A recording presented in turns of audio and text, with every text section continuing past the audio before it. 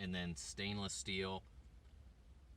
Most people think stainless steel can't corrode, can't rust. And in general, if it's a really good quality stainless steel, you're right.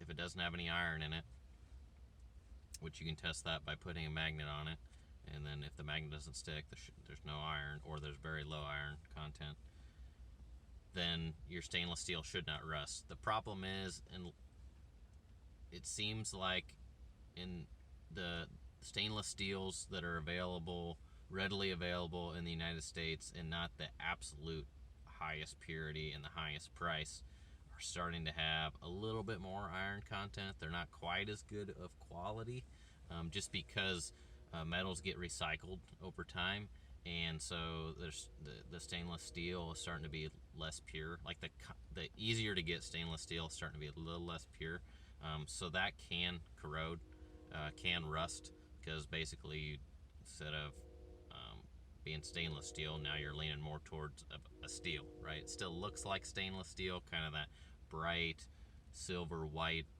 look, but if you expose it to a lot of moisture and outside weathering, you can start to see some rusting. It's usually not near as bad as it would be on just a regular piece of steel. It's not like super orange and it's rusting through and making a hole in the stainless, because it has a pretty low content of iron, because it is still stainless steel. It's just not super pure.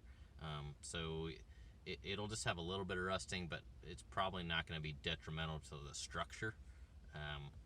But you can't just assume that you don't have to put any coating on stainless steel, unless you really know that you got a really good quality stainless steel and you have some sort of technical data sheet that came with the tubing that like certifies that, okay, this is the contents of the stainless steel. Then you can be a lot more confident on what kind of corrosion resistance you're going to have with that stainless.